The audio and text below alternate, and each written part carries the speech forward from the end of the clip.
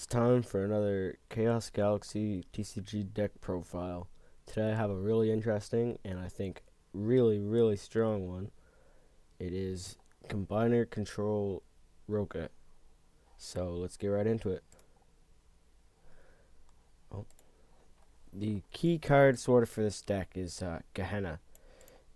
Just a fantastic combiner card, and the card that makes it so that you can really use combiners effectively here is Telepathic Touch. So you can consistently get your good combiners out. What Gehenna does is that it attaches a enemy minion to it right when it is played, and then no more attachment cards can be used on it, so you can't get KO'd or anything, which is fantastic. And it has health and power.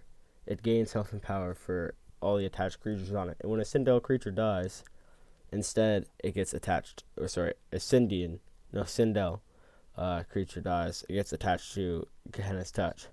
I think it was an error on the card. It's supposed to say Sindel here because the purple. Anyways, we're using the planet Rokah because the other combiner creature that I'm using is Weatherman Rainbow and Weatherman Clued, and I have a few other Rokah cards as well, Guster and Space Patrolman. The reason why I'm using Rokah instead of just say putting in Barrow and just adding 2 Dez, which is great for any control deck, is because it's easier to play around cards like other control decks, or easier to know when to use your cards for when you know what your opponent has in their hand. So originally I thought Rokah was a pretty weak planet card, but it's actually pretty useful sometimes. So I decided to use this card as the planet card. So getting into it, we have Gehenna's and Telepathic Touch and Weatherman Rainbow. Now you'll see I'm running 2 Clues and 2 Snowflakes, but I'm not running Weatherman Soon or Soon Shine. The reason is because I think Weatherman Clued is just way better than Weatherman Soon. What they do is pretty much when you play their Snowflake or their Soonshine, they double their power, and an effect activates. Soonshine and Soon, when used with Rainbow, kills kills resource or attachment cards, which I don't think is nearly as strong as killing creatures, which Weatherman Clued and Snowflake do. And when Clued's power is doubled, it gets up to 480, which is it's great. It's just really powerful, really strong. Yeah. At the very worst, Weatherman Clued is just a Manflacky with 10 less power and health, and still goes with the Rokah. So that's why I included those. I also have 2 Pelfams for Gehenna, and also it's just a very strong control card. Same with 2 Gusters. Tonex, just because it's the best 4-star. 1 Space Patrolman for things like KOs or such. And it can also just be used on someone's like Eternity Amulet, and or even on a for sale sign. A powerful combo that you can do is you use for sale sign on an opponent's big minion, and then you play Space Patrolman, and you just get rid of the for sale sign, and they're yours forever.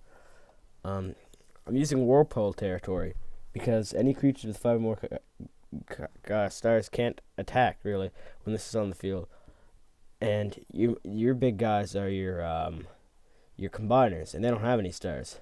You do also have Pelfam, but he's more important just for the control aspects and for Gehenna. So, and he'll still just be a big body with 300 health. So Warphole territory is a really key card in this deck. 2 star paths, because you're going to have quite a bit of stars left over in this deck because you're doing combiners and they don't really take any stars. So just for draw and consistency. one creature conjurer, because combiners take up 2 creature zones, and you're going to need a lot of them, so, yeah. One Galaxy Crash, staple card in any deck, really great control card.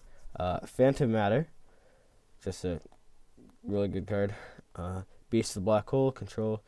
2 Eternity Amulets, because it's fantastic and you use it on one of your big guys as sort of like a win condition. Eternity Amulet is sort of a win condition in any deck. It's like an auto include in any deck. I made a mistake in the aggro Shios deck in not including any.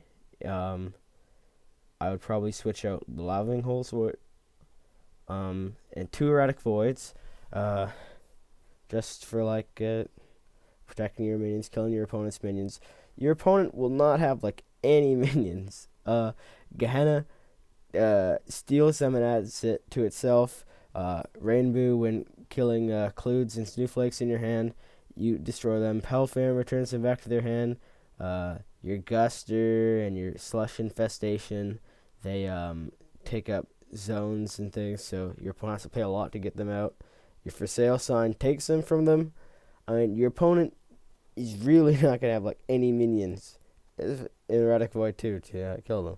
So what you do is that you just pile on yours and eventually kill your opponent by them not having anything, and you just rack up points during the game. So yeah, and For Sale sign, just because you'll have the extra stars, so stealing an opponent's minion is just, obviously it's fantastic. And your opponent still has to pay to get it back too. So at the very least, you got an attack with their minion and you used up their stars, which is fantastic. This is one of the key cards of the deck, probably. And yeah, that's the Combiner Control Rokah. I think it's probably the best deck that I've made so far, and I've made quite a few. Made the Control Barrow, the Big Polysium, Aggro Shios, sort of a joke deck, a Tiny Syndian, which uses the Starship XXS, but that's for later. And a Control Barrow, which is also just a really strong control deck. This Gaios deck isn't really complete, and I don't think it's really ever going to be good. But, yeah, so here it is. Here's the deck. I think this is probably the strongest Chaos Galaxy deck I could make. Thanks for watching, and I'll see you next time.